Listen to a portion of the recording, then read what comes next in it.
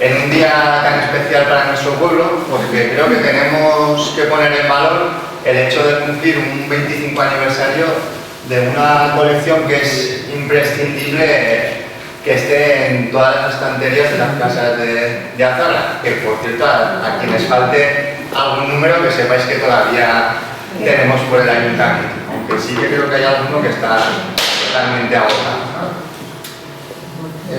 Los azarreses de ayer, de hoy y del mañana debemos estar más que agradecidos a todas estas personas que a lo largo de estos 25 años han dedicado su esfuerzo, recursos, su tiempo para investigar y dejar plasmado por escrito los diferentes aspectos de nuestro pueblo.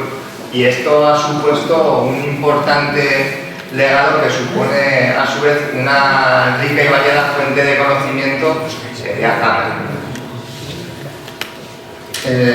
También pues bueno, quiero transmitir, y con el pleno convencimiento de que lo hago en nombre de Azarra, el más sincero agradecimiento, el más cariñoso agradecimiento a estos 25 títulos de autores que creo que es conveniente recordar, porque todo empezó allá por noviembre de 1996 con un libro que escribió Luis Sola Gutiérrez y que se llamó Azarra en los versos de su gente, y al que le siguieron Aproximación a la lengua de Azarra de Concha Martínez Pasamar, Azarra y sus gentes en el umbral del siglo XXI de Jesús Javier Sánchez Barricarte, Azarra en la memoria de Julio Carrascón Aznar, Azarra 1874, Historia de una tragedia de Luis Sola, Club Deportivo Peña Zagresa, su historia en el siglo XX, por Santiago Martínez, Fernando Regaira y Jesús Murgui, Naturaleza en Azarra de Olaz Gutiérrez y Alicia Curía, Azarra en Filipinas de Francisco Javier Moreno Martínez, 10 años de cuentos en Azarra, que recopiló los cuentos de un concurso que se hacía en Azarra. Para celebrar el 10º aniversario se siguió también un formato similar al de hoy, que se tituló 5 pinceladas de historia e intrahistoria de Azarra.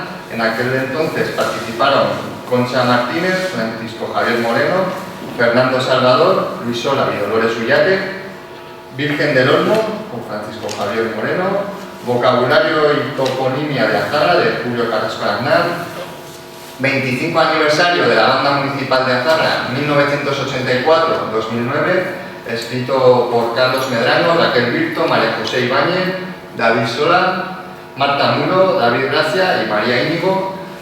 Azarra a finales del 19, Las añoranzas de Don Ángel Monreal, por Luis Sola, San Ginés, El gran olvidado, por Francisco Javier Moreno, Julio Luis Sánchez, Escultura y Arte, por José Javier Moreno, 4 letras de Espongo, Cartas de Juan Pastor a su madre, 1925-1927, de Concha Martínez, Antonio Vieta Camburás, médico de Azarra entre 1869 y 1894, de Luis Sola, Paseos botánicos y geológicos por Azarra, de María Teresa Fernández de Manzanos Muro.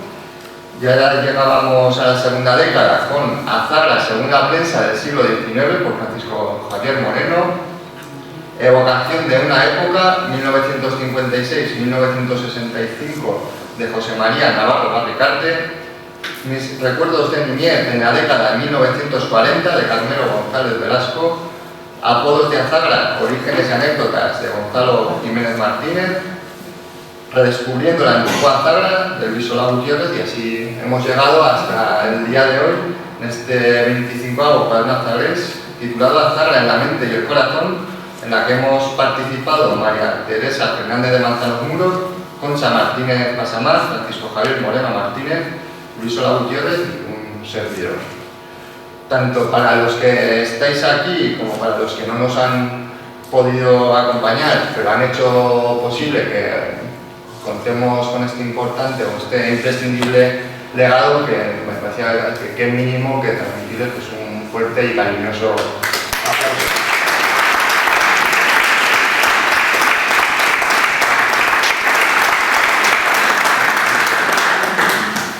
Y bueno, tampoco podemos olvidarnos, y por tanto también quiero dar las gracias a una persona que, aunque no ha participado con su nombre en un cuaderno Azagrés, sí que ha hecho posible, por su insistencia a lo largo de tantos años, en que esto siga saliendo adelante, y que nosotros, que nuestro coordinador de cultura, Javier Paz, a que también pues quiero dedicar.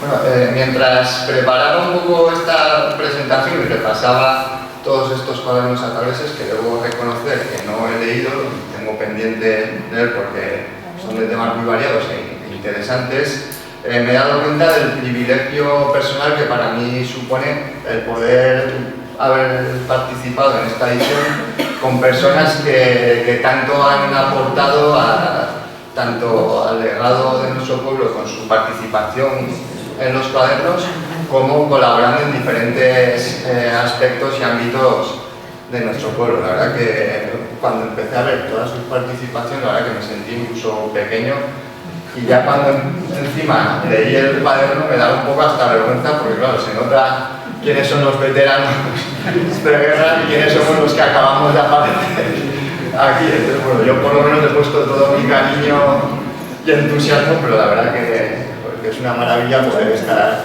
aquí sentado, aunque le falta Concha, que hasta el último momento no nos pudo confirmar. La verdad que también es una persona con un recorrido tanto profesional como de aportación en Azagra increíble.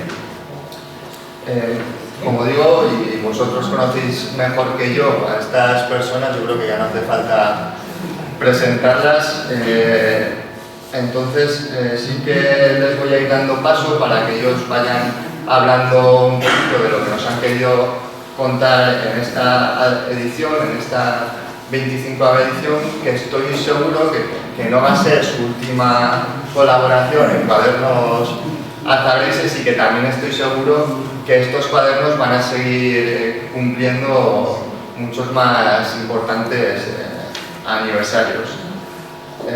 Repasando un poco el primer cuaderno, que me despertó curiosidad, en el editorial Luis hablaba de que el objetivo de esa publicación, que nacía, como decía, en otoño del 96, era reflejar con sencillez y de manera más entrañable que erudita distintos retazos de la vida de nuestro pueblo, invitando a participar a todo aquel que tenga algo que decir. Y creo que hoy, 25 años después, podemos dar más que cumplido ese objetivo, pero tampoco por terminado, porque, como digo, esto tiene que servir para continuar.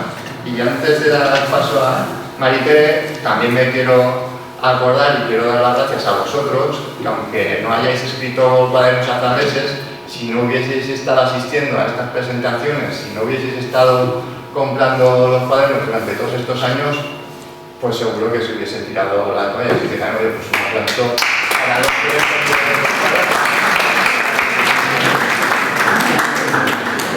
Y ya, sin más dilación, os paso con Maritere. Bueno, lo primero que me pongan el ordenador, aunque llevo la lentilla, me deja las gafas siempre. Pero bueno, no pasa nada. Bueno, pues para empezar ya, porque tenemos el tiempo muy justo, muchísimas gracias, buenas tardes, bienvenidos. Y el cuaderno que yo hice era Paseos geológicos y botánicos por Azagra. Entonces, bueno, pues se trataba un poco de disfrutar de todo lo que tenemos en nuestro pueblo, pues paseando, haciendo deporte, y eso también es salud, porque el disfrute es salud, el paseo, el hacer ejercicio, el correr por nuestros campos viendo el monte, todas las plantas que habíamos comentado, es salud. Pero cuando me dijo Luis y Conchi que hiciera algo, pues yo hablé con amigos míos y tal, y dije, ¿por qué no hacemos algo relacionado con la alimentación? Que en Azagra también hay mucha industria de alimentación y tal y cual, pues haga. Y entonces hemos titulado, lo voy a ver aquí porque así yo no me tengo que volver tanto, la salud a través de la alimentación. Bueno, todos sabemos que la alimentación es muy importante, pero vamos a ver qué entendemos por alimentación qué alimentación, qué alimentos nos proporciona nuestro pueblo, a qué grupos pertenecen y bueno, qué sabemos de ello. Creo que tenemos que estar también un poco dispuestos a cambiar alguna, pues yo que sé, alguna costumbre que tenemos, o a no cambiar, o sea, eso da igual, pero yo creo que después de una charla, abrirse, estar abiertos al cambio y hacer cambios en nuestra alimentación, pues tampoco está mal. Ahora, si estoy estupendamente, no me duele nada y estoy como un roble, pues fenomenal, ¿eh? Pero bueno, por si acaso vamos a dar pistas. Entonces ya veis cuál es la frase: la salud del cuerpo se fragua en la oficina del estómago. Esto ya lo decía Don Quijote de la Mancha, y yo creo que el estómago pues, es un punto importante en nuestro organismo, y vamos a ver por qué y con qué está relacionado. Bien, si lo voy a ir rápida. Bueno, entonces, yo aquí lo que quería comentar en esta diapositiva es que a ver si entre todos, me imagino que nos apetece hablar y tal, pero ¿sabemos cuál es esa diferencia entre alimentarse y nutrirse? Ya sé que es que no voy a preguntar a nadie, porque no vamos a tener ojos tampoco. Pero bueno, seguro que estamos pensando pues qué es la alimentación y qué es la nutrición, ¿no? Pues a mí me parece que alimentarse es el acto de comer, de tomar los alimentos, que es un acto libre, porque tú eres la que eliges los alimentos que vas a comer. Pero la nutrición ya no depende tanto de nosotros, sino de esos alimentos que hemos elegido, cómo se van a poner a disposición de nuestras células, cómo van a pasar nuestras células, porque los seres vivos estamos constituidos por células, y qué es lo que vamos a hacer con esos alimentos para transformarlos en lo que llamamos nutrientes. Y los nutrientes es lo que nos alimenta a nosotros, a nuestras células, y lo que nos hace crecer, tener energía para realizar nuestras funciones y llevar nuestro día a día. Por lo tanto, yo puedo alimentarme y no nutrirme. Si tomo alimentos procesados, si tomo alimentos que luego yo no los puedo digerir, pues tal como los como, los echaré. Pero va a haber una parte importante que es la asimilación, la absorción de esos nutrientes, que yo creo que los conocéis y los vamos a repasar. A ver si me dejo algo. Unas gafitas no me miran mal, pero bueno, sí. Aquí he puesto un juego que era de nuestras épocas y llamábamos Tente o Lego, no sé, David, no sé cómo le llaman vosotros, del 2, ¿son de 2? A ver, déjame, sí. Entonces, ¿qué queremos decir con esa diapositiva? Bueno, pues ahí si nos compramos nosotros un paquete con Legos, lo que tenemos son primero un plástico y dentro tenemos montones de piezas, ¿sí o no? Entonces, esas piezas van a representar a nuestros nutrientes. Entonces, claro, yo tengo que abrir la bolsa, tengo que elegir todas las piezas y luego tendré que hacer... ¿No puedo señalar? Que me gustaría señalar un poco... No tenemos. Sí, tenemos. O sea, aquí está lo que yo puedo hacer con las piezas, que ya veis que hay una pirámide, hay un caballito y tal.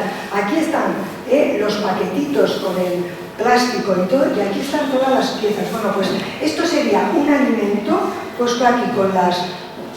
Este sería el alimento, y luego ya esto sería cuando mi organismo empieza a separar los nutrientes, y esto sería cuando mi organismo ya va a fabricar pues las nuevas proteínas, las nuevas hidratos de carbono de mi cuerpo. Yo le he dicho a la Tere Muro, que es mi madre, que me dejara unos rosarios y me dice, ¿pero qué vais a hacer? ¿Rezar? Y le digo, no madre, no vamos a rezar. Pero yo a esto le voy a llamar ahora, ya vais a ver, nutrientes. Y pásame, por favor. Y entonces, los nutrientes son los hidratos de carbono, que puede ser este rosario, las proteínas, que puede ser este, y los lípidos, que puede ser este. Entonces, ¿qué es lo que tengo que hacer yo cuando como un alimento? Que, por cierto, los alimentos nuestros de Azahara van a tener los tres componentes. Lo que tengo que hacer es metérmelos a la boca y empezar a masticarlos.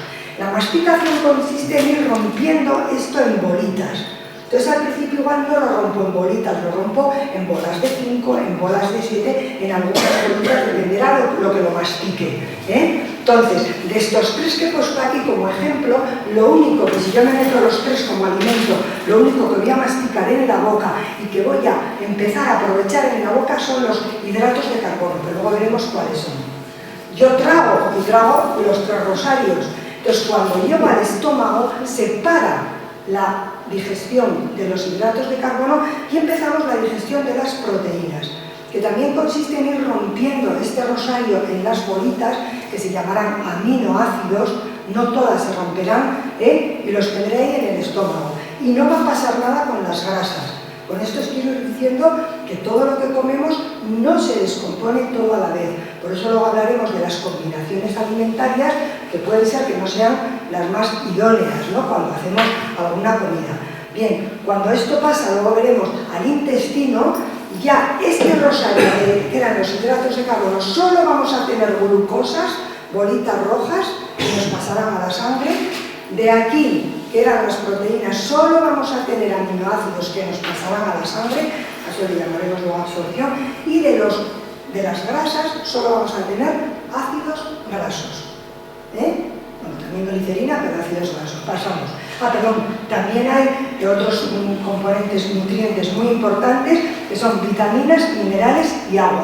Por hacer una clasificación hay unos orgánicos y otros inorgánicos. Los inorgánicos son los minerales y el agua, y el resto son orgánicos, por si acaso. Bien, si pasamos a la siguiente, vemos un poco dónde se produce todo este proceso de comer los alimentos, que es muy importante. Entran por la boca. Ay, pero en la boca, yo personalmente trago.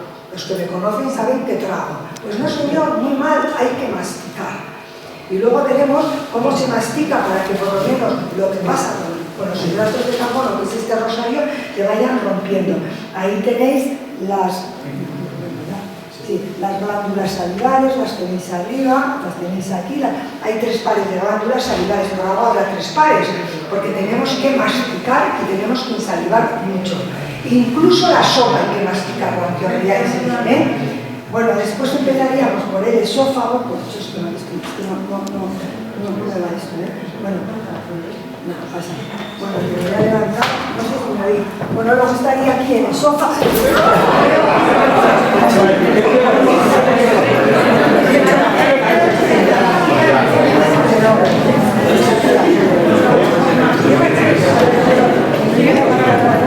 Bueno, es que estoy más acostumbrada a señalar ahí, pero bueno, estaría el esófago, luego tenemos el estómago, que es lo amarillo, lo veis, ¿no?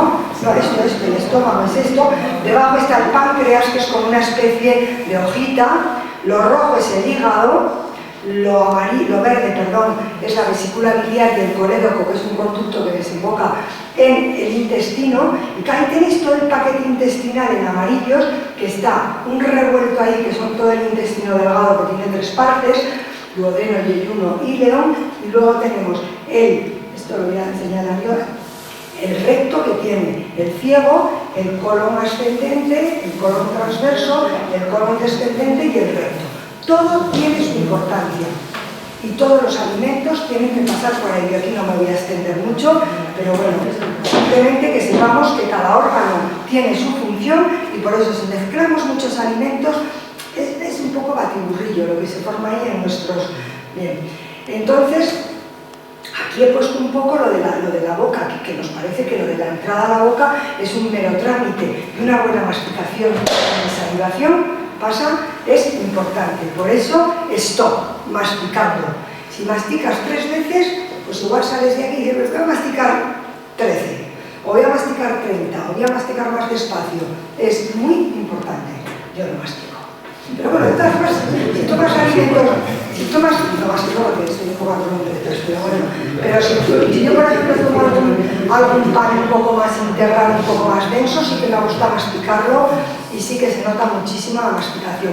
De todas formas, si masticáis un pan 30-35 veces, le vais a sacar sabor dulce, porque estáis rompiendo los hidratos de carbono en estas bolitas, que son glucosa, y entonces esa glucosa pues tiene sabor dulce.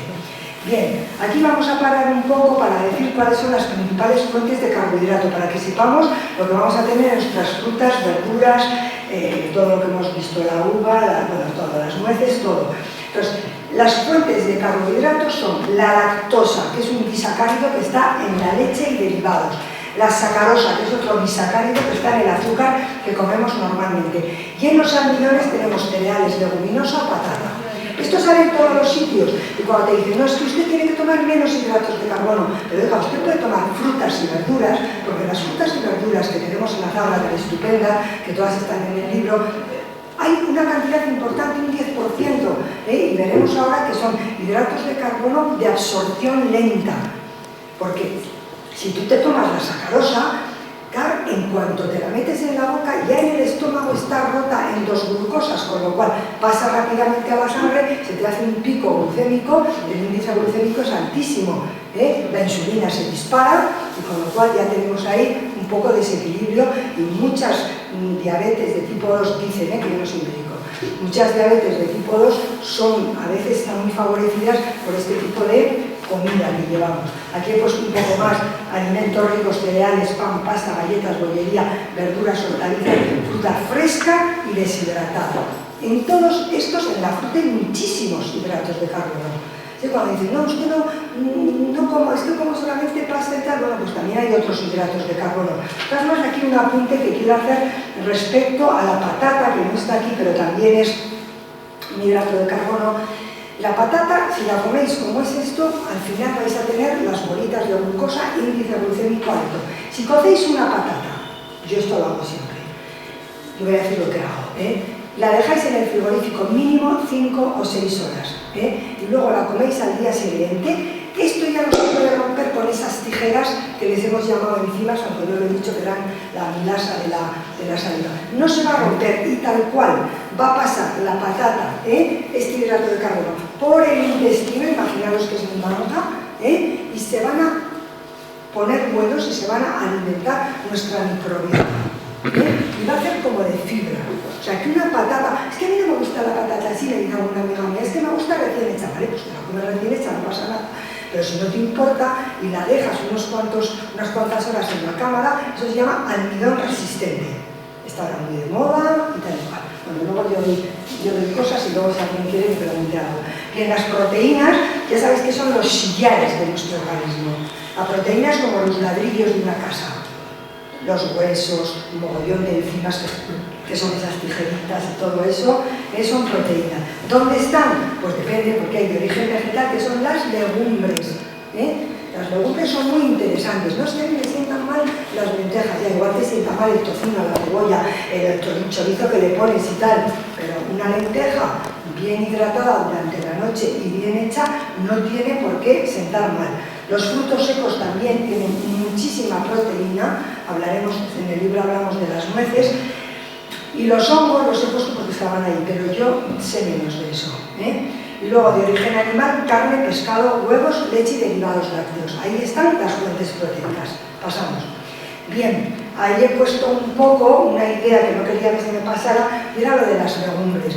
Claro, esto que era la proteína, estas unidades que forman las proteínas, que se llaman aminoácidos, hay unos aminoácidos esenciales, quiero correr tanto que me lío, y otros que no son esenciales. Entonces, muchas veces las lentejas tienen unos aminoácidos, pero les faltan otros. Si tomáis siempre las lentejas con arroz, vais a tener una fuente proteica de primera calidad.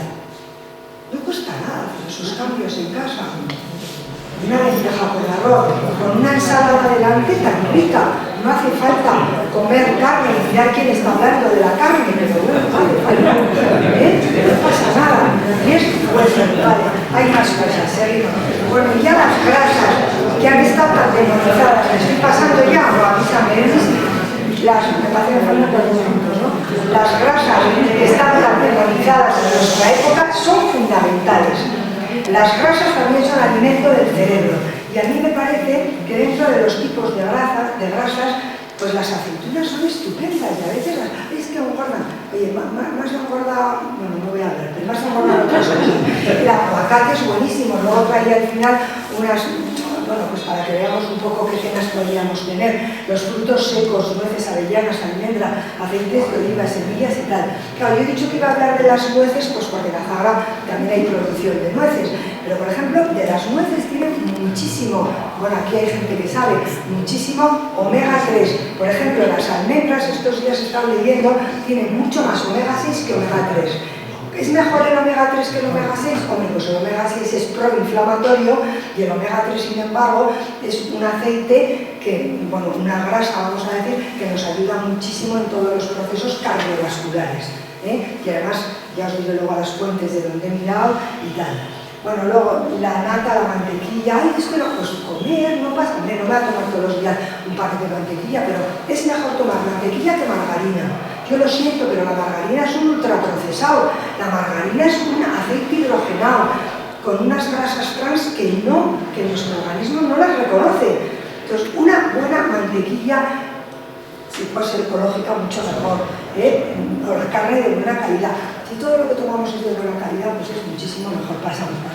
Bueno, y por último, estos alimentos reguladores que no los he traído, tampoco valorados muchas veces, que son las vitaminas, las sales minerales, y luego hablaremos del agua, están en muy pocas proporciones en los alimentos, pero son fundamentales para que nuestra célula funcione. Si no tenemos vitaminas, nuestras enzimas no van a funcionar, no se van a producir los cortes, no se van a producir las reacciones químicas, porque nuestro cuerpo es un laboratorio, es un laboratorio. Así que yo creo que es muy importante que también, por las frutas y las verduras que tienen muchos alimentos reguladores, es muy importante tomar todo esto que hemos puesto en el libro que hay en la zaga. Pasa.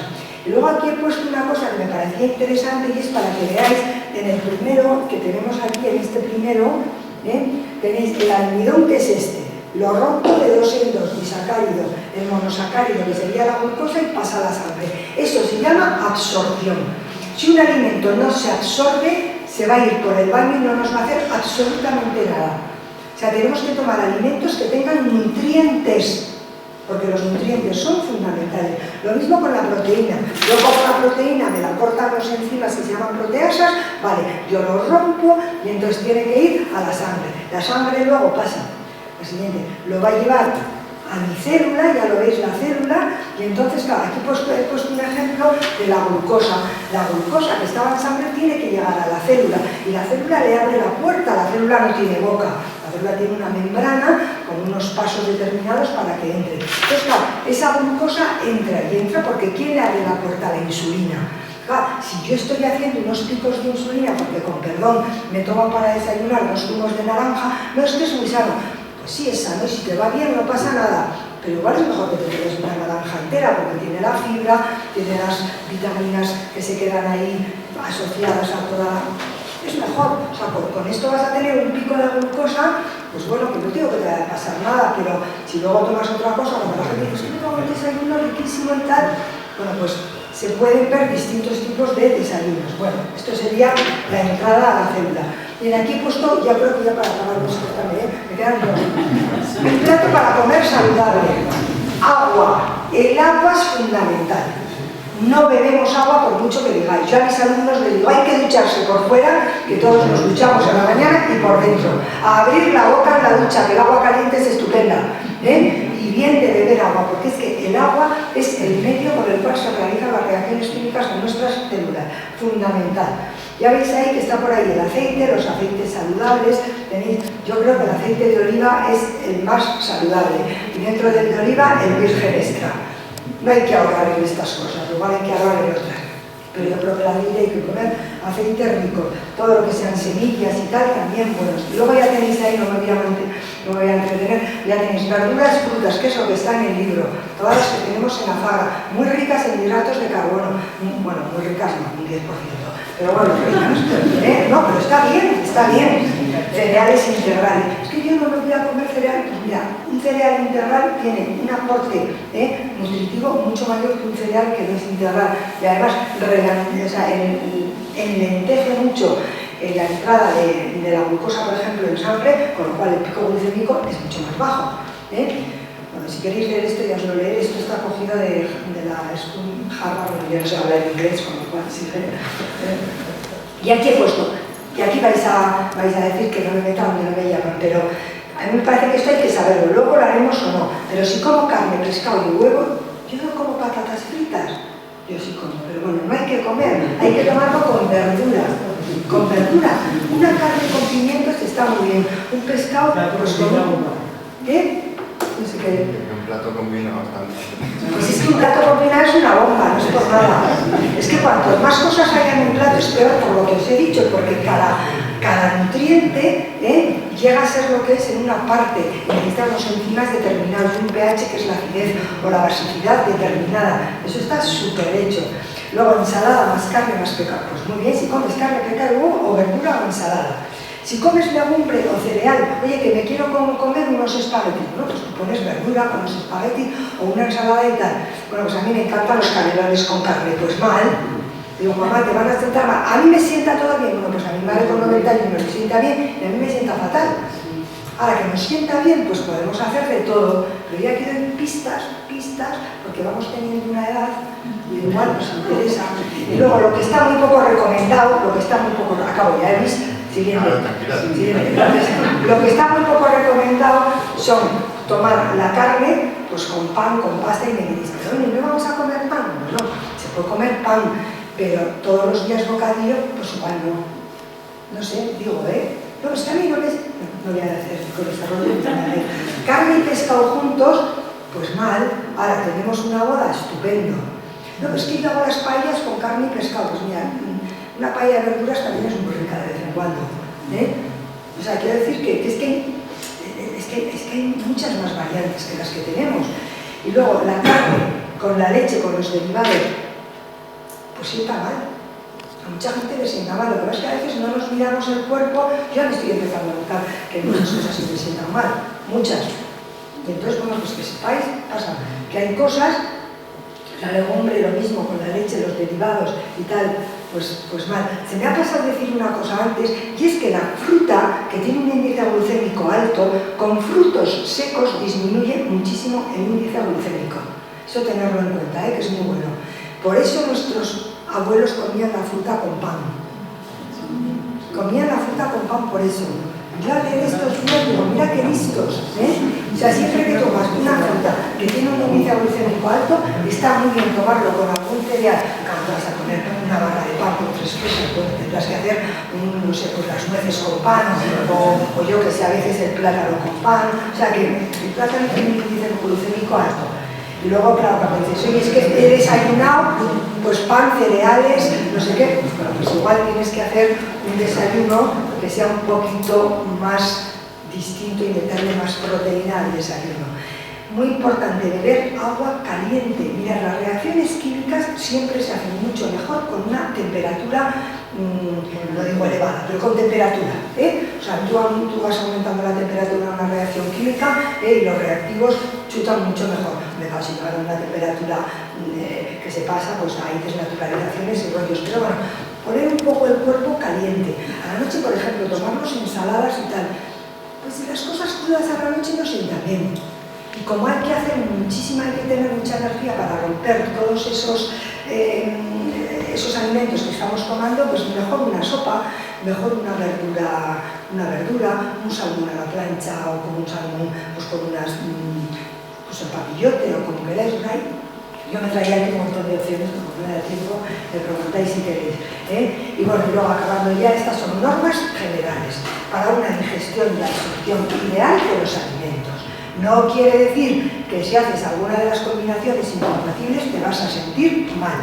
Depende de las personas. A unos les va bien, a otros les va mal. Incluso una persona a mí en un momento me puede sentar mejor y peor. Pero bueno, que veáis que con todo esto, o sea, que como veis todo lo que tenemos en ahora, que hemos hablado de la borraja, de la alcachofa, del cardo, que son primos carnales, y además tienen una sustancia muy buena la alcachofa que se llama cinarina. ¿Os acordáis cuando la gente tomaba cinar en el bar? ¿Os acordáis que era? Bueno, pues eso es un estimulante hepático, la bomba lironda. O sea que si las alcachofas, claro, ¿cómo guisan las alcachofas? En agua, y luego tira el agua. Pues no. Pues las dejas con un poquito de cebolla, que yo las hago así como recocidas y luego te comes todo. Y entonces ahí la cinarina te la tomas. El cardo es primo carnal también tiene un sabor un poquito amargo. Todo lo que tiene un poquito amargo es muy bueno para el hígado. Otra vez me habla del brócoli, que conocéis muy bien todas las, pero eso se lo veis en el libro y ya está.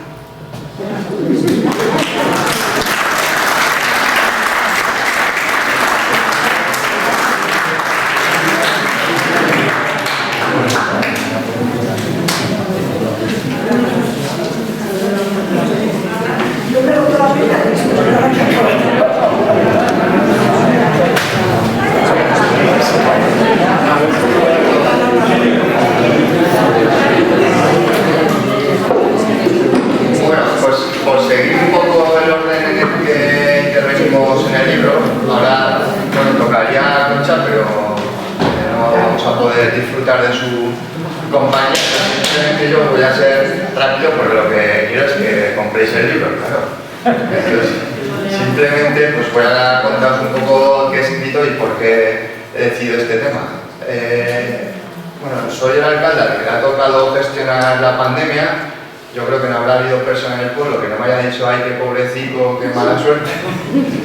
Pero bueno, ojalá no hubiese tocado, pero sí que es cierto que una vez que ha tocado y ha pasado el tiempo, lo interpreto como una experiencia, como un máster que me ha hecho incluso envejecer en poco tiempo, y quiero quedarme con lo que sí que me ha aportado, tanto a nivel personal como profesional, esta situación. Y de alguna manera sí que cuando ya empezábamos a salir de casa, que ya parecía como que esto había terminado, me daba cuenta de que en poco tiempo nos estábamos olvidando de todo lo que habíamos pasado, y me daba incluso pena que no constase, que no quedase como un registro de realmente todo lo que vivimos, qué se hizo, por qué hicimos, y ya me iba dando cuenta en la cabeza de cómo podía dejar un poco constancia de eso, más que nada por los que vengan después, que seguro que dentro de muchos años escucharán que hubo una pandemia, pero no se lo creerán y no podrán entender qué es lo que vivimos, porque de hecho ahora me estaba dando cuenta, incluso me emocionaba el ver a gente sin mascarilla en una charla, porque hace ya más de 2 años que tuvimos aquí la última charla, que fue una reunión en la que nos vinieron a hablar desde la Mancomunidad de las cualidades del agua, de Azabra y tal, y desde entonces no habíamos vuelto a tener aquí una conferencia como Dios manda, aunque entiendo que haya gente que todavía sea prudente y lleve la mascarilla, pero bueno, al no ser obligatorio, pues ya es un paso que hemos dado. Entonces, el darme cuenta de ese olvido, de ese como que aquí no ha pasado nada, cuando Luis me dio la oportunidad y me comentó, yo, Rubén, ¿por qué no escribes un artículo para este 25 Agua de Mazabres? Como he dicho antes, cuando me comentó quiénes iban a participar, la verdad que dije, pero ¿y qué pinto yo escribiendo entre semejantes ilustres del pueblo? Pero bueno, pues quería compartir con todos esa experiencia de cómo hemos vivido la pandemia desde el ayuntamiento.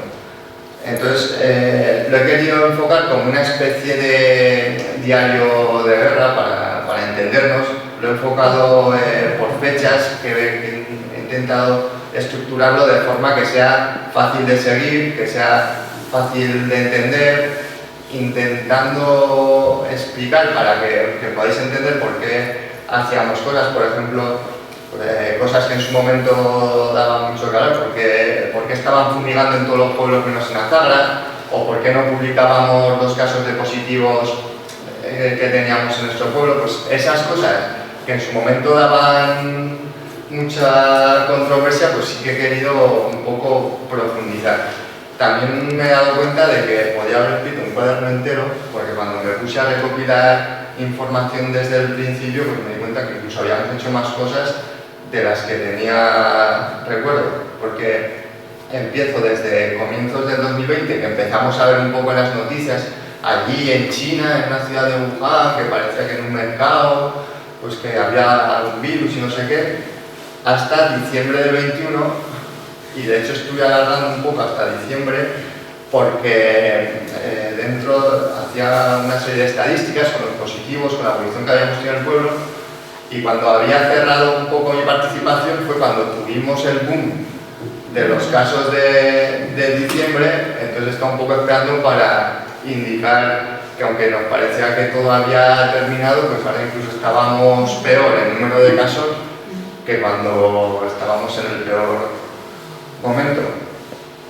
Luego, leyéndolo en el libro, sí que me he dado cuenta que quizás he pecado de personal, de que para mí ha sido un poco como liberador, como de intentar explicar cómo incluso me sentí, porque de hecho me he dado cuenta que explico momentos como fue el preparar el bando del estado de alarma, que fue la verdad que fue una sensación, un momento muy personal, muy intenso, que hasta que no pasa el tiempo no te das cuenta, y lo explico quizás muy en profundidad, luego pues, decisiones que has ido tomando que son a las que les das más vueltas de las que luego cuando las veis en la calle pues puede parecer. Entonces he querido un poco compartir todo eso.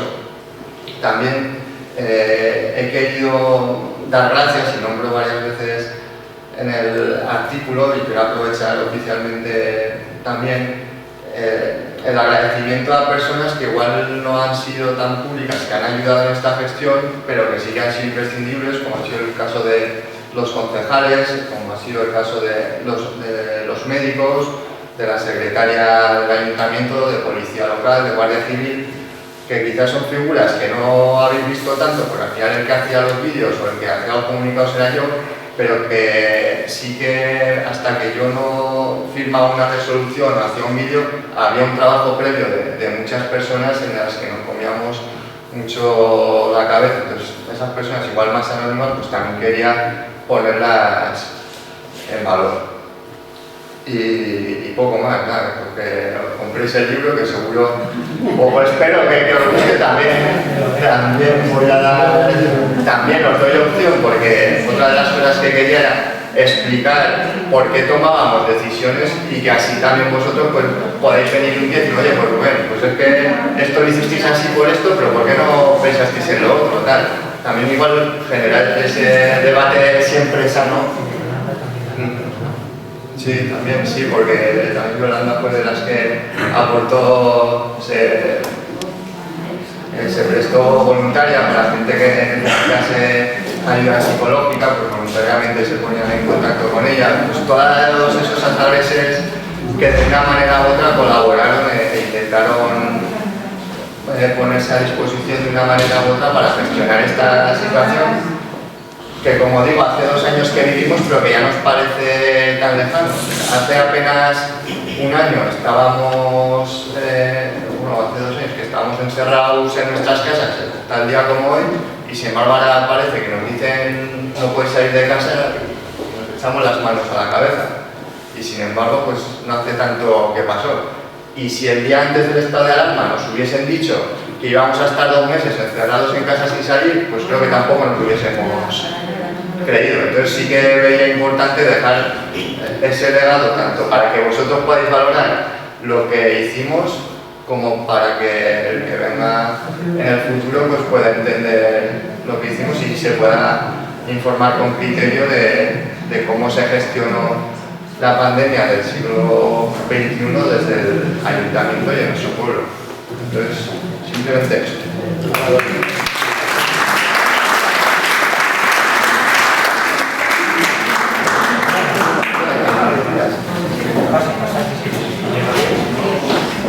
Pones aquí,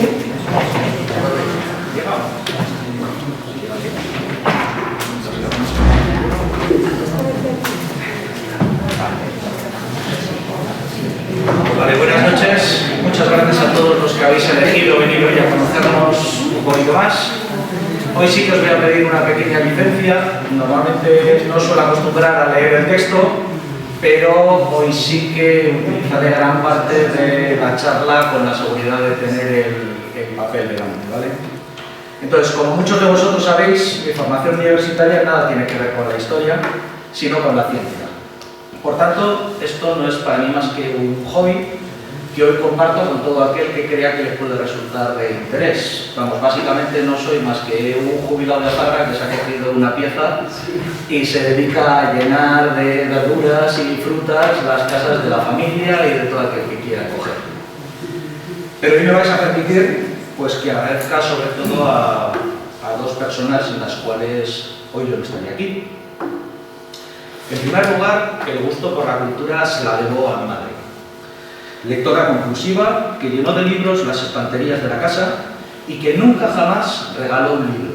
Regaló el libro idóneo para cada persona. Pasaba horas y horas y horas en bibliotecas discutiendo con todo aquel que quería hablarle para poder elegir el libro idóneo para el destinatario que quería.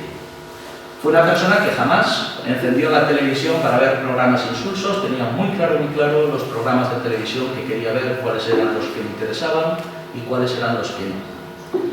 Mientras vivió en Azadra, No se perdió nunca un concierto, una obra de teatro, una charla o cualquier otro acto cultural. Mientras, cuando trasladó su domicilio a Pamplona, hizo lo mismo con las programaciones de Baluarte y Ateneo, entre otras. Además, nunca perdonó la lectura del cuaderno zagrés que tocaba y la lectura de muchas de las publicaciones de azagreses. Sí, se leyó Sinfonía Fernandina, se leyó, el Club de Lectura, y tened por seguro que era una de las más duras críticas. Os lo puedo garantizar. Yo he hecho varios cuadernos azagreses y sé lo que era llegar a casa después de que se lo leyera. Pero por otro lado, los trabajos que he realizado los he hecho sobre Azagra, un pueblo en el que apenas he vivido 14 de mis 46 años. Por lo tanto, fue mi padre quien me enseñó a amar, a conocer y a disfrutar sus tradiciones, a buscar sus secretos y me permitió gozar de los recuerdos producto de una memoria fotográfica realmente prodigiosa. Tened por seguro que muchísimos de los datos que están dentro de los cuadernos azagreses que he hecho jamás hubiera llegado a encontrarlos en ningún archivo si no hubiera sido porque en este caso mi padre tenía una memoria realmente impresionante fotográfica. Concretamente, además, fue un hombre comprometido con su pueblo, poniendo en marcha varias asociaciones, perteneciendo a otras muchas, tanto en la directiva como en cualquier otro de los ámbitos que fue necesario.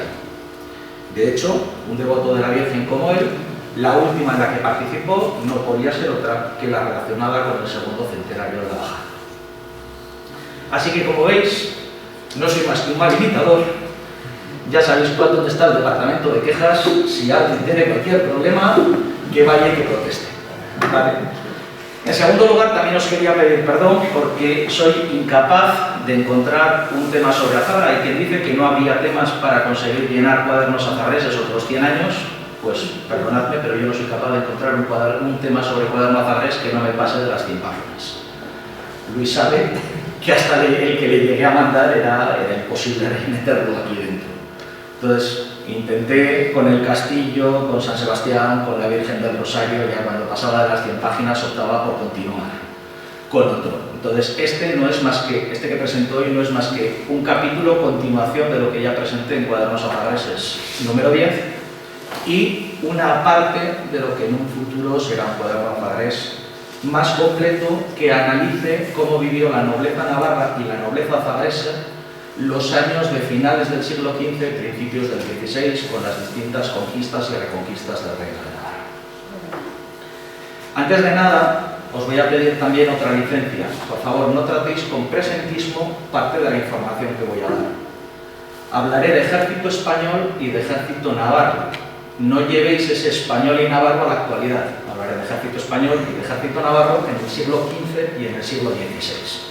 Si partimos que Hernán Cortés derrotó a Moctezuma como gran conquistador español en 1519, asumiremos que será el ejército navarro quien conquistó Navarra 7 años antes y 5 años después.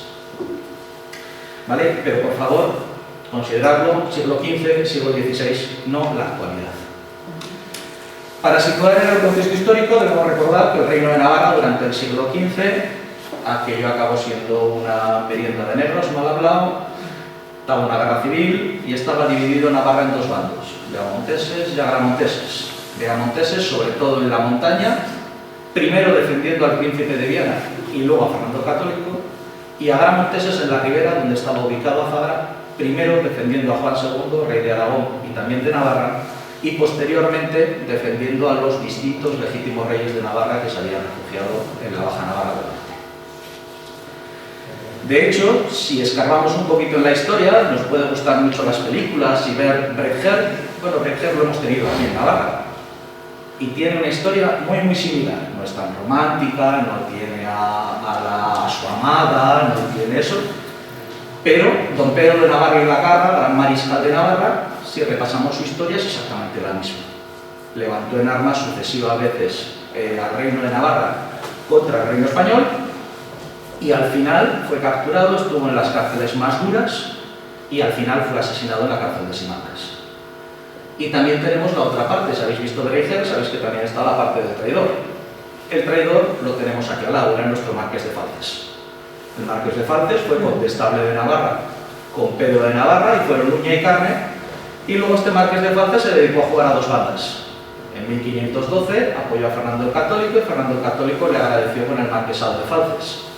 En 1522, cuando el Spa reconquistó Navarra y llegó hasta el cerco de Logroño, el marqués de Falces se plantó en Logroño ofreciendo apoyar a los reyes navarros si le dejaban como gobernador de Logroño.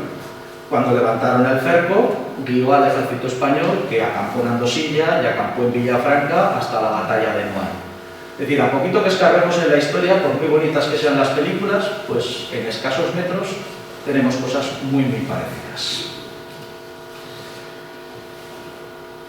Y son cosas que además dejaron un gran pozo en Azagra. En Azagra, como sabéis y vienen en multitud de libros, Azagra siempre pidió dejar de ser villa de señorío y pasar a ser villa de realengo. Azagra, en el siglo XVIII, todavía para reclamar dejar de depender del marqués de Falces y pasar a depender de los reyes, seguía utilizando los acuerdos matrimoniales de los penúltimos o de los últimos reyes de Navarra, concretamente Blanca de Navarra y Juan II en 1419. Es decir, que fueron cosas que dejaron mucho pozo y que hay situaciones a lo largo de la historia posterior que casi no las entendemos si no entendemos esas situaciones. ¿Vale? No pretendo desvelar el entresijo completo de lo que hay, sino hacer pues, un pequeño y breve resumen. ¿Vale? En este caso, este trabajo trata sobre todo de don Martín de Uroz, nieto, que a su vez era hijo de Sancho de Uroz y a su vez hijo de Martín de Uroz. Martín de Uroz, abuelo, palaciano de Azagra, tuvo asiento en Cortes, es decir, era noble y tenía su asiento en las decisiones que se tomaban en el reino de Navarra. Su hijo Sancho nos puede parecer muy moderno en muchas de las cosas que hacemos ahora. Sancho de Uroz, a finales del siglo XV, no se casó. No se casó ni por la iglesia, ni por lo civil, ni por nada. Convivió con su pareja durante toda su vida y sus hijos, la foralidad navarra les permitía heredar el apellido y las posesiones de su padre. De hecho, eso luego provocaron serios problemas. Pero Sancho de Uroz, que convivió sin casarse con doña Catalina de Eraso, legó a sus hijos todos sus bienes, apellidos, tanto de madre como de padre, aunque no se casó. Claro, ahora nos ponemos en la situación. Este Sancho de Uroz dejó como testamentario al marqués de Falces, porque Martín era menor de edad. Ahora juntamos la conquista de Navarra por la corona española, la Inquisición, que se planteó después, el marqués de Falces, que se había convertido en el hombre fuerte por apoyar al ejército invasor, y don Martín de Uroz, menor de edad, sabiendo que el marqués de Falces era quien administraba sus bienes. Pues plantearos la situación que tuvo este chaval. Tuvo que recuperar sus bienes a través de juicios y pleitos. Entonces, se planteó la situación en donde recuperas lo que era tuyo a través de pleitos. Tus padres no se han casado cuando lo que rige es la Inquisición. Además, te has enfrentado para recuperar al hombre fuerte que han puesto los invasores. Se dedicó toda su vida Martín de Uroz a reclamar su hidalguía y su nobleza. Lo que para él fue una desgracia, para nosotros ha sido una suerte, porque tenemos del orden de los 50, 60 pleitos en el archivo de Navarra documentados a fecha de hoy, seguro que salen alguno más, que con los 7, 8 primeros me han permitido llegar a hacer esto. Cuando termine con los 50 sale un trabajo respetable. Sale un trabajo respetable. Este hombre siempre defendió su hidalguía, siempre defendió ser el palaciano y además, pues por eso digo que enlazo con el cuaderno 10, este hombre defendió que tenía escudo propio, que identificaba su palacio, la capilla en la iglesia primitiva, no en la actual, la que estaba al lado del Peñón de la Primicia, las sepulturas donde iban enterrando, y no a cualquiera, estamos hablando que también se enterró el maestro Stan del Príncipe de Viana, gente con peso específico en Navarra, las banderas y todo aquello que le representase. Siempre habían tenido su casa franca en la villa, y siempre en villa fronteriza, porque tuvieron en Azagra y en Labraza, al lado de La Guardia, zona fronteriza también. Es decir, no era un hombre, no era una familia que se escondía ante la batalla precisamente. Y este palacio no es el que hemos conocido, eso también tengámoslo en cuenta. El palacio lo describen los documentos como que estaba afrontada de las dos partes con las casas de la dicha villa y las otras dos partes con casas de herederos de los Cambra y de la otra parte con la casa de Pedro Ginés. Por lo tanto, no era un palacio rodeado por calles, sino era un caserón rodeado por casas. Lo más probable es que estuviera cerca a la primitiva iglesia, cerca del Peñón de la Primicia, cerca de la casa de Goñi, que es con la que se compara muchas veces, para demostrar que la casa de Goñi no eran nobles y los Duroche. Entre las reclamaciones que hace este hombre a través de los juzgados, podemos distinguir tres tipos. El primero, la negativa a contribuir al sustento de los ejércitos. Volvemos otra vez a lo mismo, era del bando contrario al que mandaba.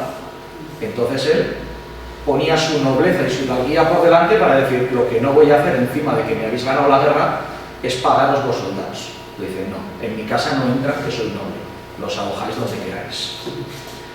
Y además lo dice: gente de guerra de pie ni a caballo, ni otros huéspedes por vía de aposento, aposentándoles en otras casas de los vecinos de dicha villa. Llevároslos donde queráis, pero lejos de mi casa. Luego era un hombre que había protegido a los de su bando. Recordemos que había habido una guerra civil y luego una invasión. Y la invasión desde 1512 hasta 1520, Navarra se levantó en armas entre 3 y 4 veces. En el palacio se protegió a gente de los agramonteses frente al ejército primero de Fernando el Católico y después de Carlos I. Entonces él también reclama que su palacio era inviolable. La justicia no podía entrar dentro. Quien recogía el palacio no se podía entrar a detener. Y además se consideraba exentos de pagos de los impuestos referentes a soldados o armas que sí que debía pagar el pueblo. El pueblo pagaba una arroba de lino por cedulaje que se repartía entre todos los vecinos a excepción del palacio. En segundo lugar, la enemistad con las autoridades tanto eclesiásticas como civiles era brutal. Tengamos en cuenta que tanto las autoridades eclesiásticas como las civiles se elegían a propuesta del marqués de Falces. La relación entre ellos sabemos cuál era, por lo tanto la relación con las autoridades era a bronca, pero no os podéis hacer idea del nivel de bronca que tenían. Según denuncian es que los dichos descendientes, en este caso por las autoridades, se han jactado y jactan que molestan, inquietan y perturban al dicho demandante en la posesión, uso y costumbre sobre derechos y le quieren hacer fuerza. Por otro lado, la familia Duroc siempre se consideraba superior al resto del pueblo. Por eso reclaman su lugar preeminente en todo. En todo llegaba a la hora de dar la paz en la iglesia y primero a él. En un caso el sacristán se le dio primero al alcalde y, como dicen las crónicas, dicen que Sancho Duroc, en este caso no Martín, pero Sancho se levantó de su asiento y maltrató el ojo del sacristán. No solamente se llevó el sacristán un puñetazo, sino que la villa se obligó a pagar 500 sueldos a Sancho Duroc, pero Sancho dijo que no, que él prefería la honra al dinero. También exige que se respetase su asiento en la parroquia. Los mayores habréis conocido antes de la reforma del 68, y creo que no me equivoco, que el retablo de la Virgen del Rosario estaba en el lado de la derecha adelante. En el lado de la derecha adelante. Era el sitio donde se colocaba el palaciano. Ahí es donde tenía su escaño, su asiento. Y lo reconocían como el más preeminente, el más importante de toda la iglesia. En el otro lado, a la misma altura, se colocaba el alcalde del pueblo, en este caso Sebastián de Calahorra. Bueno, pues este Martín Duroc no le hizo mucha gracia, se levantó, hacha en mano y destrozó el asiento del alcalde. No va por eso. ¿Vale?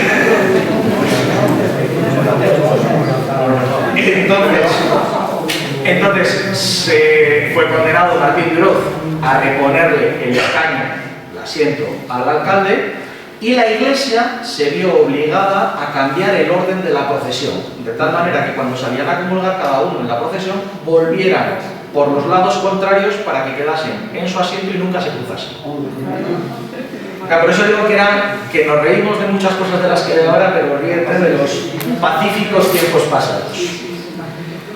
¿Vale? Eso se solucionó de forma temporal. En la procesión de San Marcos a San Ginés de 1560 volvieron a golpes porque no consideraba don Martín de Uroz que estaba en el lugar correspondiente.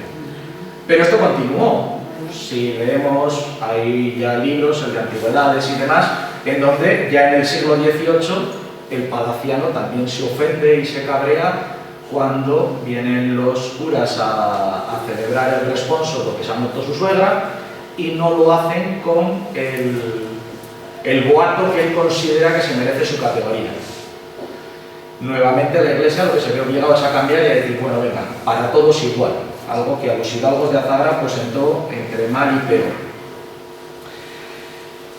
Pero bueno, pero tampoco os creáis que las autoridades azaresas se quedaron atrás. Recordad que don Sancho de Uroz dejó como testamentario al marqués de Falces, entonces muchas veces las autoridades azaresas aluden a eso diciendo que el palacio era del marqués de Falces y no de Sancho de Uroz.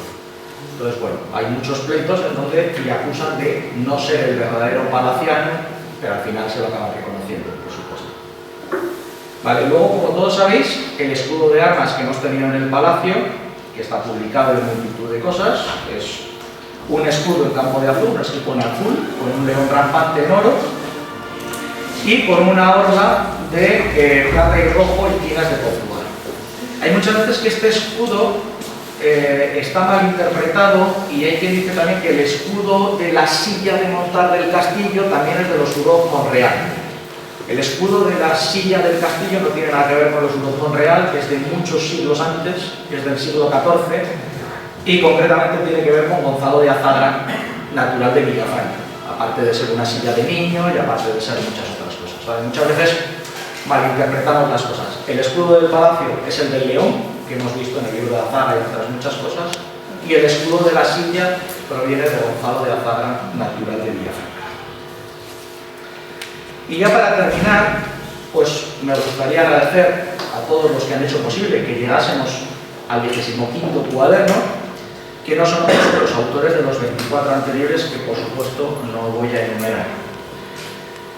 Pero no menos importante son todos aquellos que han venido dando su apoyo institucional, desde aquel primer ayuntamiento, presidido por Basilio, siendo Maribel su concejala de Cultura, que decidieron iniciar una aventura que hoy ve su 25º volumen, hasta la actualidad, pasando por todos los ayuntamientos de una y otra ideología que han entendido que Cuadernos Azarreses es ya patrimonio del pueblo de Azagra. Por supuesto, no podemos olvidar a las personas que han estado en el 100% de las jornadas.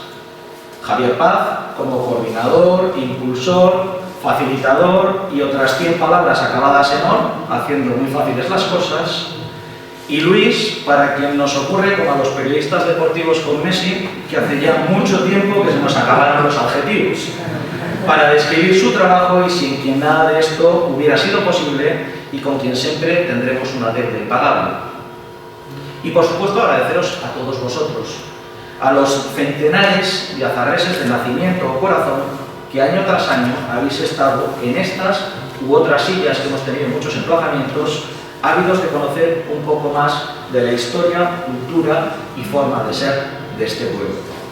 No olvidemos nunca que la catedral más imponente, tan importantes son los grandes y sólidos sillares de los cimientos, aunque no se vean, como la clave de bóveda que cierra los arcos en su zona superior, o las ménsulas profusamente decoradas, o las pequeñas piedras y ladrillos que conforman las paredes laterales.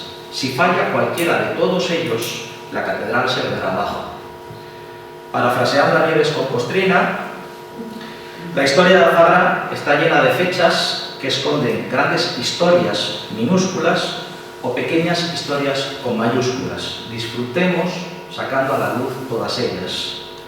Desde la primitiva Esparga, hace más de 1500 años, hasta la actual Azagra, podemos escribir una cantidad inabarcable de capítulos sobre su historia y la de sus moradores, algunos mejores, otros peores, algunos más relevantes, otros casi trascendentes, pero todos ellos necesarios para configurar el pasado y presente del pueblo de Azagra. Parte de ellos conforman la publicación de cuadernos azagreses. Otros, más pequeños, salpican cada año nuestro Azagra en fiestas, y son muchísimos más los que permanecen a la espera de ser publicados e incluso ser descubiertos en los archivos.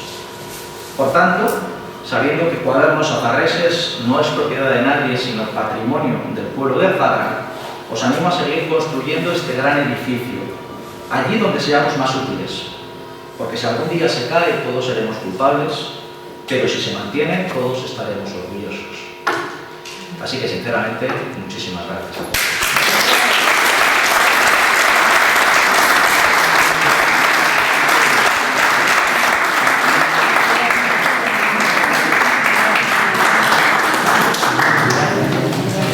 Yo creo que ya después de esto no hace falta decir nada más. Quiero agradecer a todos los que me han precedido en el uso de la palabra por todo lo que han dicho, que suscribo de principio a fin, como se decía antes, y quiero recordar que Cuadernos Azagreses sigue siendo posible, como acaba de recordar Javier, por la aportación de quienes colaboran en ellos voluntariamente, por el sustento de las instituciones y por la presencia y aceptación del público azagrés que nos sigue. Y no voy a valorar ahora si es mucho o poco, porque siempre me habéis oído que la calidad pues tiene unos requisitos y debemos estar contentos con lo que tenemos. Antes de entrar en mi artículo, quiero dedicar muy brevemente una alusión a Conchita Martínez Pasamar, que no ha podido venir porque la verdad es que últimamente tiene una agenda bastante repleta, y que su artículo titulado Ser y crear desde la experiencia personal está basado en sus vivencias infantiles azagresas, que le han servido tanto en sus estudios de filología para comprender mejor la explicación de algunas palabras típicas y antiguas que ella oía en las calles azagresas cuando era niña, como en su labor como profesora en la misma especialidad de filología, y ahora, más recientemente, en una actividad que le está produciendo muchas satisfacciones, que es su actividad como ilustradora de textos propios y ajenos. Ilustradora, por cierto, bastante reconocida, porque aparte de tener muchos compromisos, hoy mismo tenía algunas presentaciones con motivo del Día del Libro, ha recibido también algún premio internacional. Por lo tanto, nuestro agradecimiento para ella, y muy especialmente a Javier, quiero agradecerle que haya hecho el esfuerzo de estar presente hoy, pese a la muy delicada situación de su madre, a la que con tanto cariño ha evocado al principio de su intervención. Quiero recordar también, como recojo en la presentación del cuaderno al final, que para que el deseo que ha expresado Javier ahora pueda cumplirse, y Cuadernos Azagreses, para no mirar demasiado lejos, pueda llegar a otras 25 ediciones más, por lo menos, necesitamos la implicación de las generaciones jóvenes azagresas, que por ejemplo puede representar nuestro alcalde, y él ya ha roto una primera lanza en este sentido al colaborar en este cuaderno. Pero apelo a su capacidad de influencia entre la gente de su generación para que logre atraer a personas suficientemente preparadas, más que preparadas por supuesto, para que afronten la tarea de buscar temas, porque los temas, ya habéis oído, son inagotables.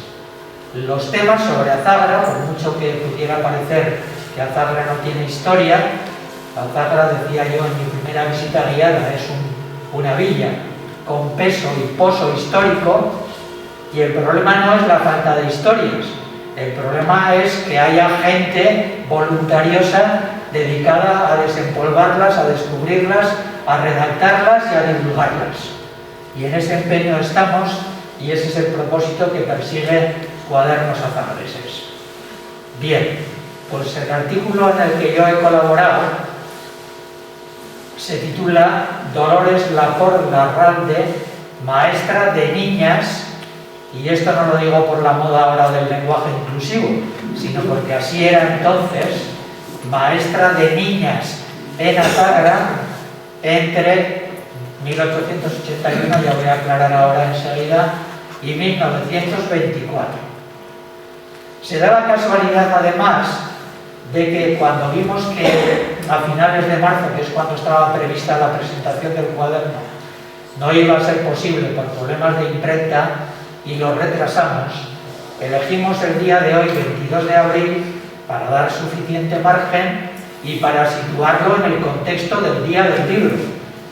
Como os ha invitado Rubén, nada mejor para un azagres en el Día del Libro que coger el volumen 25 de Cuadernos Azagreses, al que puse de título, por cierto, Azagra en la mente y en el corazón, para resaltar, como digo en la presentación, que todos los cuadernos azagreses implican una mejora de nuestro conocimiento histórico del pueblo, por eso tienen una dimensión cognitiva y por eso tanto para los autores como para los lectores están en la mente, pero al mismo tiempo tienen una dimensión cordial que apela al corazón, entendido como órgano del sentimiento, aunque digan los neurólogos que poco tiene que ver el asunto, pero en fin, la literatura siempre ha valorado el corazón como órgano del sentimiento, y en ese sentido todos los que hacemos cuadernos y todos los que leéis cuadernos lo leéis también por el factor sentimental, y por lo tanto Azagra está en nuestra mente y en nuestro corazón. Apela a la dimensión cognitiva y a la dimensión afectiva. Bueno, pues a lo que iba. Se eligió la fecha del 22 de abril por estar en el contexto del Día del Libro, pero resulta que, como os voy a comentar, tal día como hoy, de hace exactamente 90 años, falleció en Pamplona doña Dolores Laporte Larralde. ¿Y quién era esta persona? Pues os voy a decir muy sucintamente algunas pinceladas de su trayectoria. Dolores Laporte era una señora que nació en Barbastro en 1856 y ha sido conocida tradicionalmente, en libros que no son azagreses me refiero, porque fue hermana, la hermana pequeña de Basilio Laporte Larralde, que fue un importante político y periodista republicano de la transición en Navarra entre los siglos XIX y XX. La familia, el apellido Laporte, de su padre, de la familia paterna, procede del pueblo de Vierge, que es un pequeño pueblo de Huesca, allí cerca de Barbastro. Su padre, nacido en el primer tercio del XIX, fue primero sargento de infantería y luego guardia civil, y tuvo como destino destacado Vera de Vidasoa. Y allí en Vera de Vidasoa se casó con una veratarra, Martina Larralde, y de ahí los apellidos, el Laporte aragonés y el Larralde del norte de Navarra. Sus dos hermanos mayores, de los que tenemos constancia, nacieron en Vera. Se supone que su padre seguía por allí. Ella nació 5 años más tarde que Basilio, como os he dicho, en 1856 en Barbastro. No sabemos con exactitud de momento si porque su padre había sido destinado, era guardia civil entonces, a un nuevo destino, o porque quizás, como la familia era de por allí, pues estaban pasando por allí una temporada.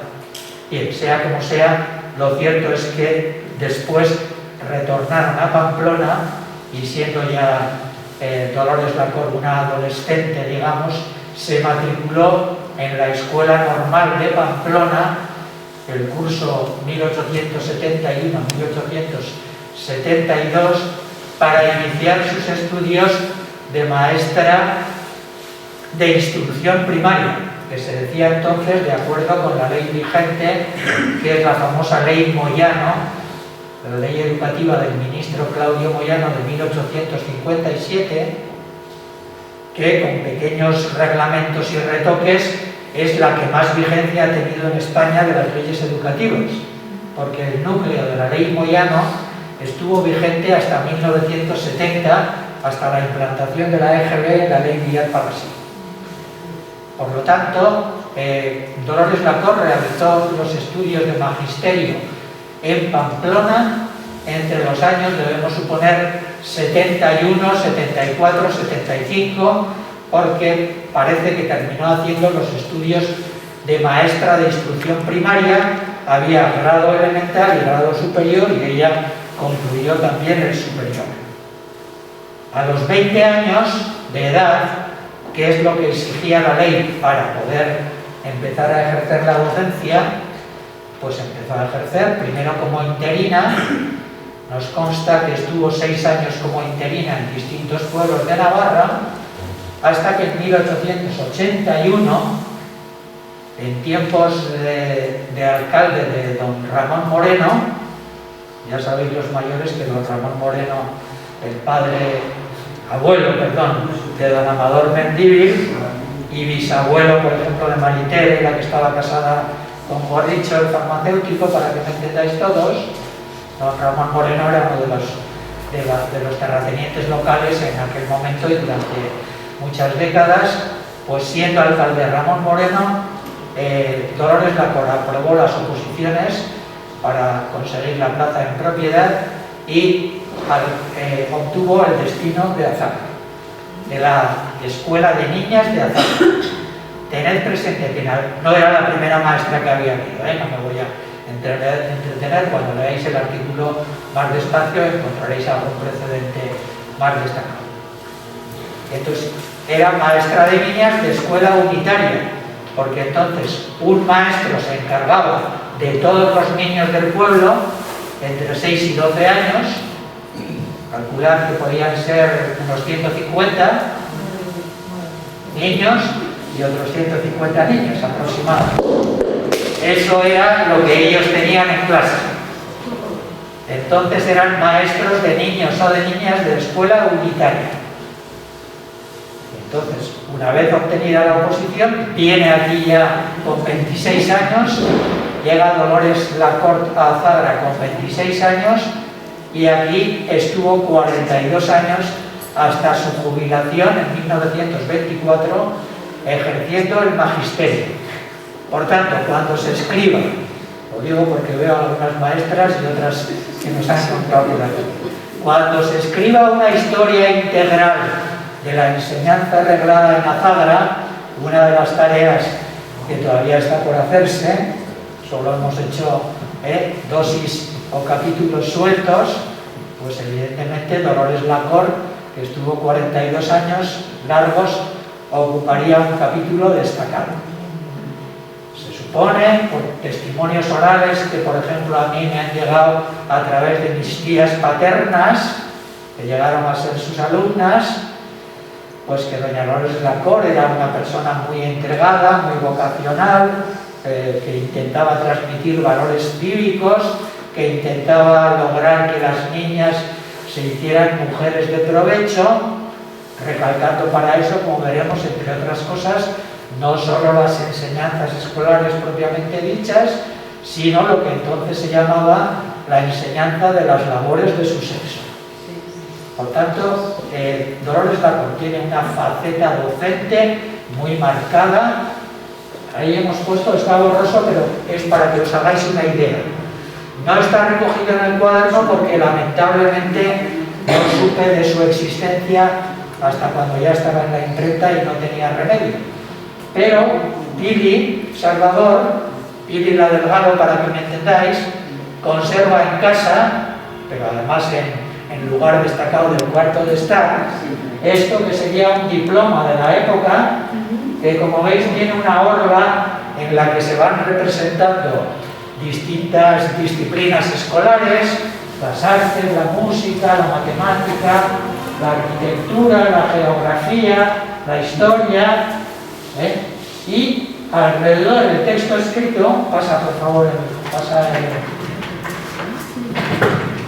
el texto escrito siguiendo la dirección de las agujas del reloj, en este caso como el padre de esto lo conservó y el texto lo escribió, se supone, la madre de Pili Salvador, que era Dolores Íñigo en 1913.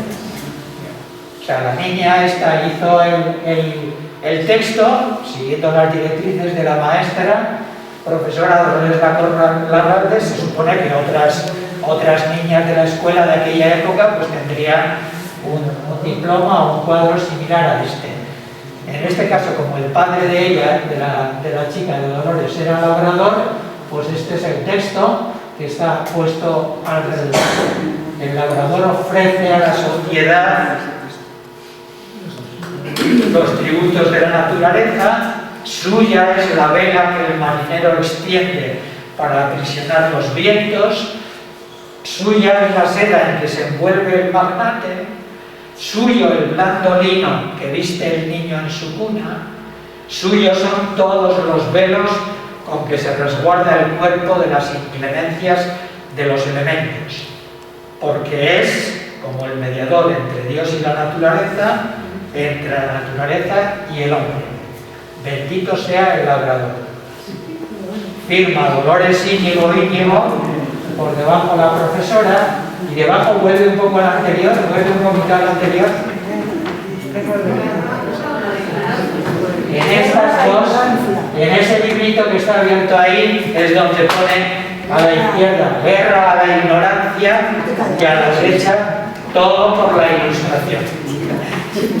Muy bien, o sea que aquí se respondía a parámetros y valores cívicos que se transmitían en la época. Aparte de su labor docente, doña Dolores, tenemos testimonios de algún periódico de la época que recogió Francisco Javier en el cuaderno Azagra en la prensa del 19 y en otros más del siglo XX. Doña Dolores fue muy celosa de defender sus derechos profesionales, porque vino a un pueblo que tendría entonces 1700 y pico habitantes y por lo tanto le correspondían, según la ley que he citado antes, 825 pesetas de sueldo anual, y sin embargo al principio el ayuntamiento le daba 550. Entonces tuvo que reivindicar, hasta ahí le costó tiempo hacer diferentes reivindicaciones y reclamaciones hasta que consiguió que le dieran el sueldo que le correspondía. Por lo tanto fue activa en sus reclamaciones laborales y fue muy activa también en la idea de la formación permanente suya como profesora, participando en las conferencias pedagógicas de verano que se organizaron en Navarra entre 1887 y 2002, sobre todo en la Escuela Normal de Magisterio de Pamplona, en las que al principio ella participó como oyente.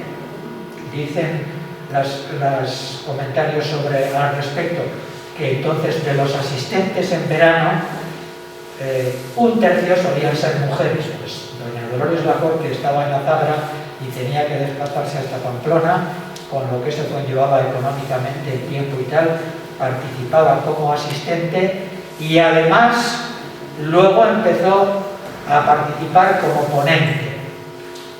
Primero, en unas conferencias que se organizaban en Estella con el mismo espíritu, para formación, lo que llamaríamos ahora universidades de verano o cursos de verano, participó como ponente con una ponencia titulada Las labores propias de la mujer, su enseñanza en la escuela.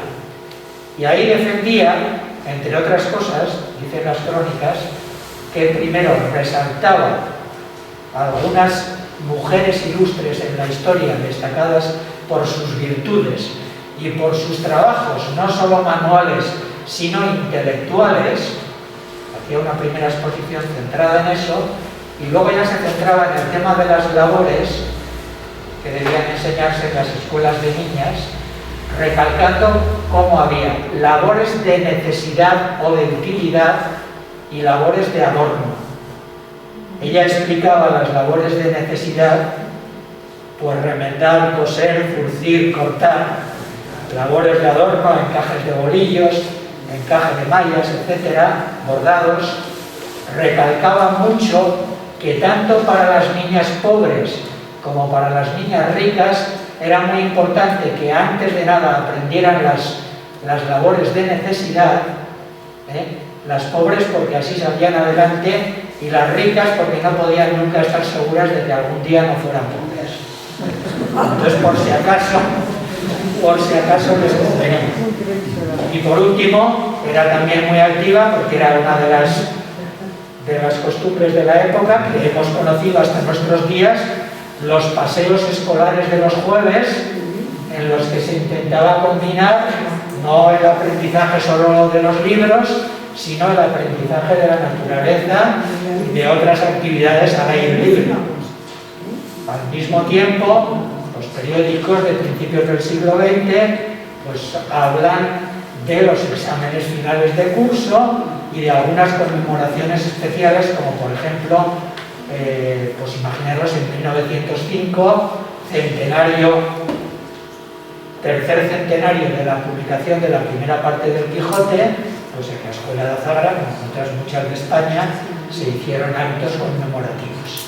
Ahí estaba ya don Francisco Arbeloa, que llegó 20 años más tarde que doña Dolores Lacora Azagra. Bueno, ya lo recalcaré esto luego, pero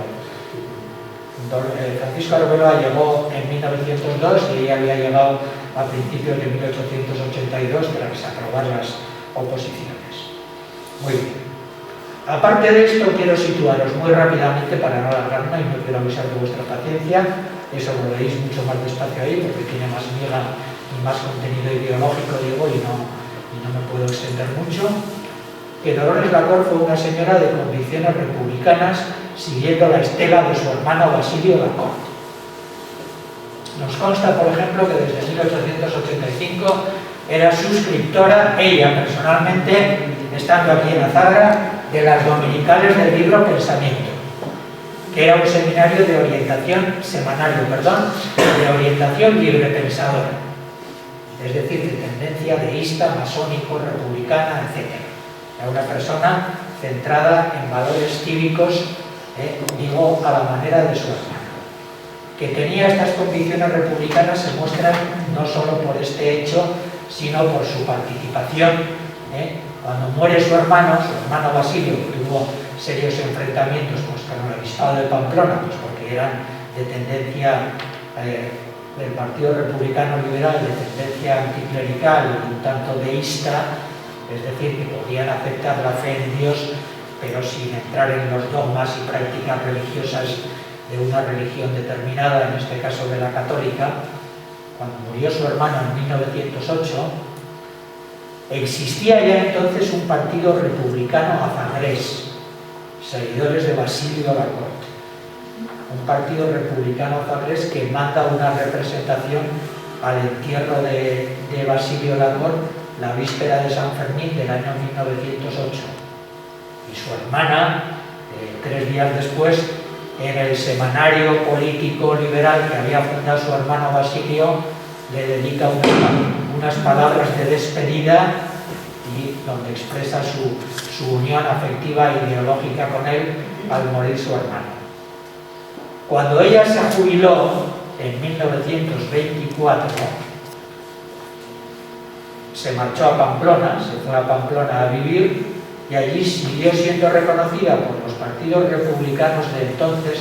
A ver, cuando digo partidos republicanos me estoy refiriendo a los que defendían la república como sistema alternativo a la monarquía, que no todos eran de izquierdas o de extrema izquierda, o sea, podrían ir desde el Partido Radical, que era más bien centro-derecha, el Partido Republicano Autónomo, otros partidos, izquierda republicana, etcétera, y luego ya venía el Partido Socialista y estas cosas, pero los partidos republicanos abarcaban un arco ideológico bastante amplio. Entonces, en general, Dolores Lacor, en parte por su propia valía personal, en parte por ser la heredera moral de su hermano Basilio Lacor, pues era una persona reconocida y respetada en este ámbito republicano pamplonés, que no era entonces el mayoritario, porque sabéis que la Navarra tradicional todavía entonces era más bien conservadora. De hecho, don Basilio Lacor nunca consiguió ser elegido como diputado a las Cortes Generales, y por eso en un momento dado se dedica más a la difusión de sus ideas en el periódico El Porvenir Navarro. Bueno, todo lo leéis ahí con atención.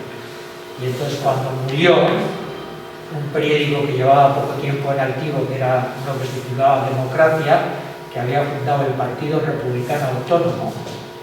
Partido Republicano Autónomo, para que liguéis la relación con Azagra, pues por ejemplo, en su primera fase, en Azagra, el principal representante del Partido Republicano Autónomo fue Amancio Sánchez, el padre de Paquita Sánchez, para que me entendáis. ¿Entendéis? O sea, que eran republicanos, pero más bien republicanos un tanto burgueses de buena posición, no eran esos partidos los que representaban más bien al proletariado o a los braceros y jornaleros, sino gente más bien acomodadas que tenían ideas un tanto liberales y un tanto anticlericales, más o menos según los casos. Murió entonces Dolores Lacor tal día como hoy, como os he dicho al principio, por tanto el 22 de abril del 32, y fue enterrada en la tumba de su hermano del cementerio. Pasa un poquito, que creo que la puse por ahí, aunque está en blanco y negro. Pasa otra.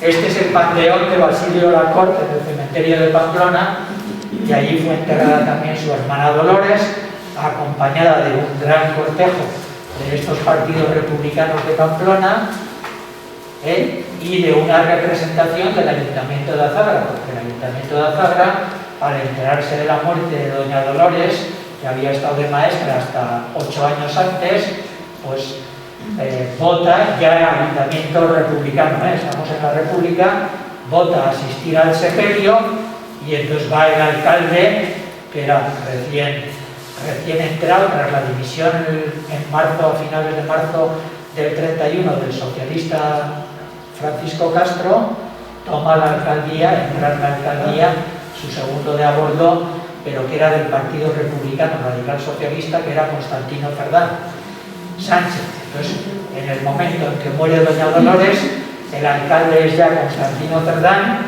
y es el que oficialmente va en representación del ayuntamiento. Entonces, el periódico Democracia y el semanario ujetista Trabajadores recogen una amplia crónica del entierro y de los sentimientos con que los republicanos pamploneses y navarros despidieron a lo que dice uno de los cronistas de Trabajadores, la dama laica, y esa dama laica de ideas republicanas y de valores cívicos, y lectora de una publicación que hemos dicho que era de la órbita libre pensadora.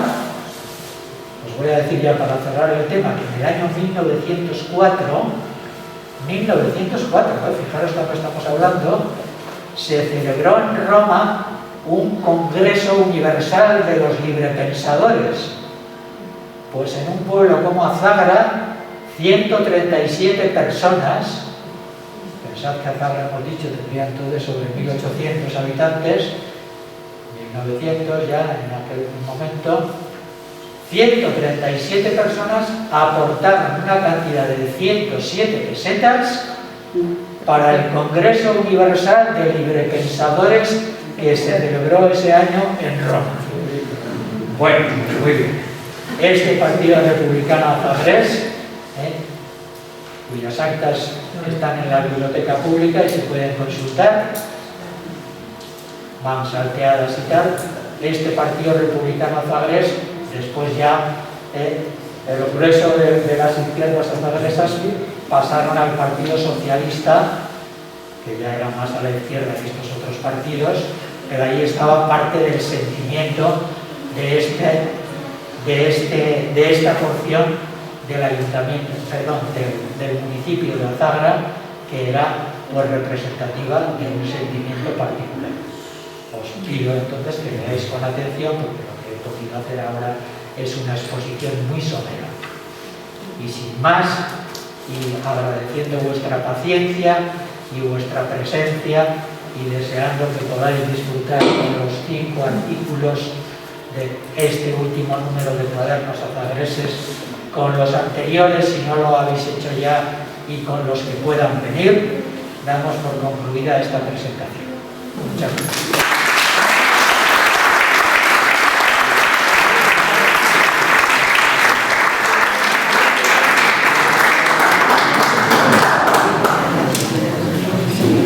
Bueno, pues ya para concluir, insistir en el agradecimiento a estos ponentes por querer compartir con nosotros, con vuestro pueblo, estos conocimientos, estas investigaciones que seguro que os quitan mucho de vuestro tiempo. Gracias a vosotros por haber asistido y confiando en que sigáis haciendo posible que esta tradición, porque creo que ya podemos hablar de Cuadernos Azagreses como una tradición, se mantenga en el tiempo, que seguro que en algún sitio sacaremos gente para que eso no se pierda. Así que muchas gracias y hasta el año que viene.